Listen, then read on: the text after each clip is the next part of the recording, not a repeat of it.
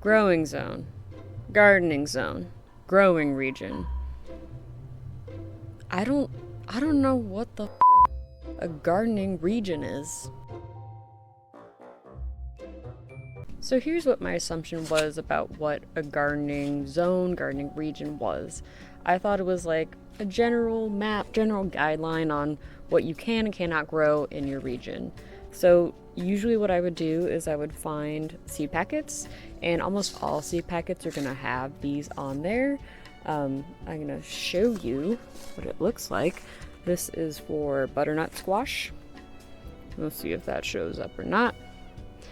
If it doesn't show, I'm just going to put a picture in. So this is what I thought it was. So for example, I have a butternut squash here.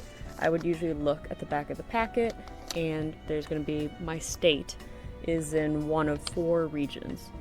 Pretty broad strokes. And so in those little regions, you have little ranges for the months in which you can grow this in. And then it has general guidelines about what you're supposed to do with your seeds. So I would usually use this pretty roughly. Sometimes I would kind of ignore the month ranges and just kind of see if it's going to grow. But yeah, that's what I thought a gardening region was. I guess I was a little bit wrong. What the hell are you talking about? And that's why we're learning. So what a gardening zone is, which is like a general term, also known as a growing zone, is based off of the USDA, which is the United States Department of Agriculture. They have an online map, and it is called the Plant Hardiness Zone. And so I was like, cool, great, grand, wonderful. I can use this map to determine my growing zone, and that's going to give me all the information that I need to determine what I can grow in my garden, especially coming with this season. So it kind of turns out I'm wrong, kind of, sort of. So we're just going to kind of talk about what it is, how we're going to use it, and what that's going to mean for our garden here. All right, so what is a gardening zone? That term is based off of the USDA Plant Hardiness Zone, and what that is based upon the lowest temperatures. So it's basically what's going to survive through the winter time based on your region and what the average lowest temperatures are. So I thought that was going to kind of inform what it is I can grow. Not necessarily true.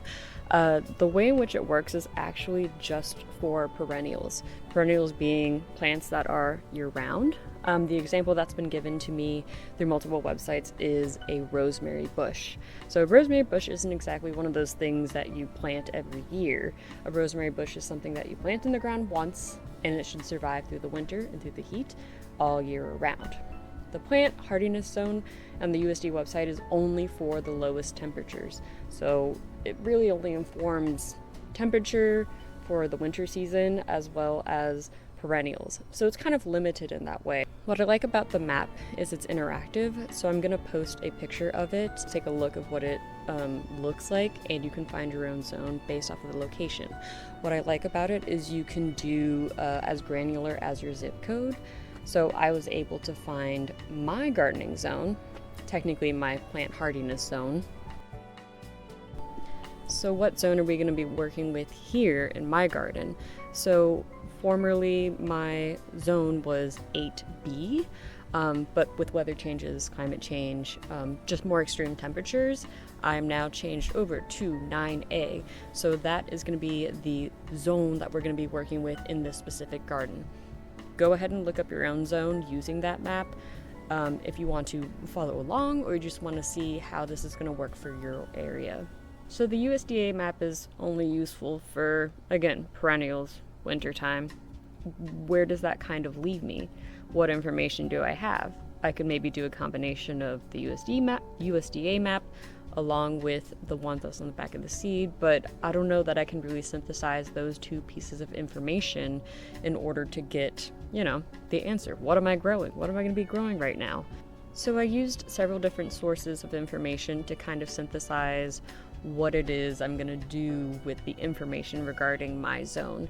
So there's different websites that have pages designated to different zones. It's a little bit more broad, so instead of zone 9A. They just had zone 9, which is fine. That's close enough. So one of the things that is important to keep in mind is like, yes, you have a designated zone. That is something that you can use as a jumping point to kind of determine what it is you want to do with your garden, what you want to grow, etc. Other things that you're going to want to take in consideration is soil, light, heat. Receipts, proof, timeline. Dang, Texas, we got hot summers. You gotta take that in consideration as well. Season, those types of things are what you also want to use as contextual information when planning both the schedule of your garden, where your garden is, and what it is you're gonna grow. One of the resources I really liked was called the Urban Farmer. What I really enjoyed about this website is that it had a visual specific for zone 9, and it did 2 visuals because I'm a very visual person. It had a map of the zone very similar to the USDA map, and then it had a little table, I guess is the best way to describe it, a chart that showed when to start, when to plant, and when to harvest different crops for zone 9.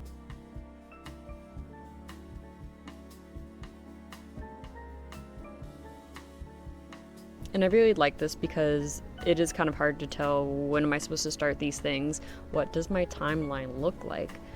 Another website that helped provide a little bit of context of like what I should be doing in this current season, which current season's crazy. When I filmed last time, it was in 40s, 50s.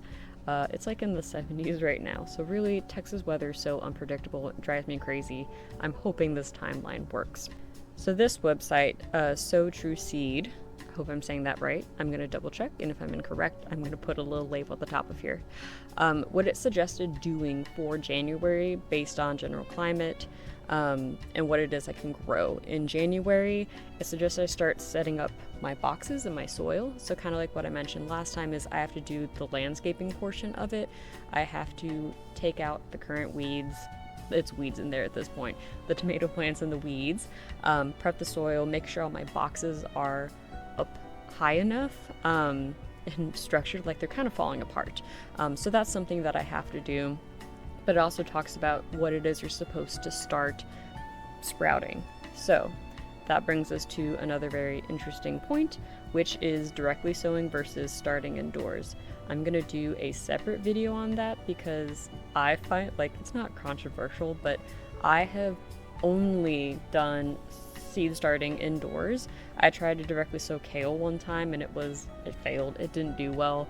And so what I think I want to do is look at directly sowing versus indoor starting seeds versus starting seeds indoors, and seeing which plants you're supposed to, which plants you're not supposed to. Maybe do like 2 comparisons of like if I do one indoors versus do one outdoors, and see what that kind of looks like in the end.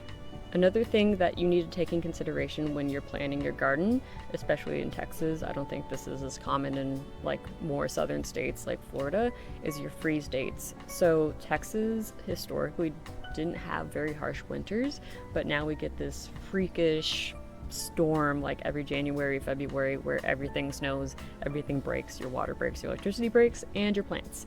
So the Urban Farmer website had a general range of when the first frost is for the winter for zone 9 and when the last frost date is for zone 9.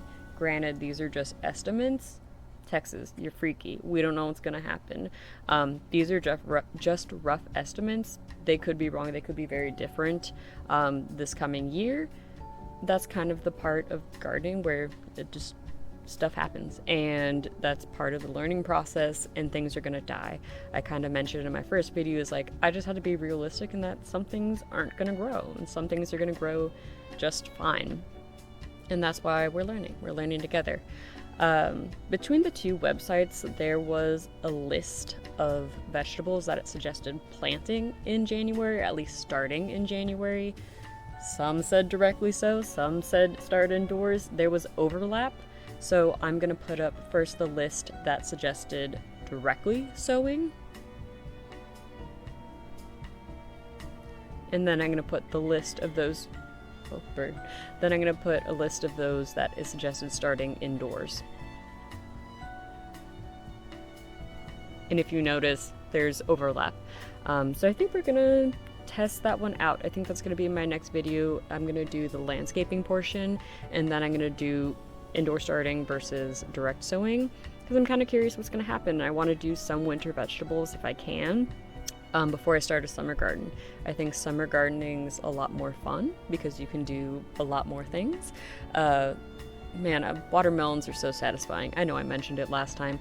My watermelons this last summer were amazing, and I don't mean to brag, and I want to do it again, but I'm gonna put a picture of her, yes, I'm gonna say her because she's beautiful, here. So, is it important to know your growing zone? Kind of. I think it was actually really helpful, and it provides, again, like a jumping point for what you're gonna do from there. It's the base that you're gonna go off of. For us specifically, because we're gonna be doing vegetable gardening and not perennial gardening like rosemary bush, kind of helpful, kind of not. There's a lot of good resources out there, and I'm gonna take the advice of several websites to build my timeline, and I'm very excited to get this started with y'all. If you have any additional information on growing zones, gardening zones, plant hardiness zones, let me know, because I just did a little bit of research and I'm gonna go for it, and we're gonna go from there. So thank you for watching if you made it to the end of this video.